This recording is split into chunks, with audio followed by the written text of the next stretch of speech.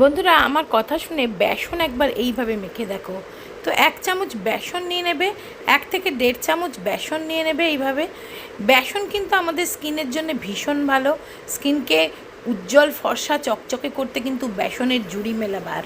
তো বেসন 1 চামচ, চাল গুঁড়ি 1 চামচ মিশিয়ে নিয়ে তার মধ্যে দেবে এক চুটকি হলুদ।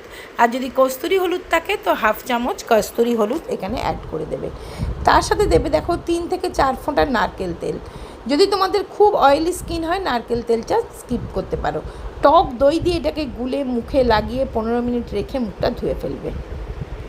আগারোর এই ভলিউমাইজার হেয়ার ড্রায়ারটা, এটা দুর্দান্ত একটা হেয়ার ড্রায়ার। এটা কিন্তু কোনো রকম চুলের ড্যামেজ না করে চুলটাকে শুকিয়ে দেয়। তোমরা হয়তো বলবে যে প্রতিদিন চুলে হেয়ার ড্রায়ার দেওয়াটা ঠিক না, কিন্তু এটা কোনো রকম হেয়ার ড্রায়ারের মতন চুলকে স্কাল্পে কোনো রকম হিট দেয় না।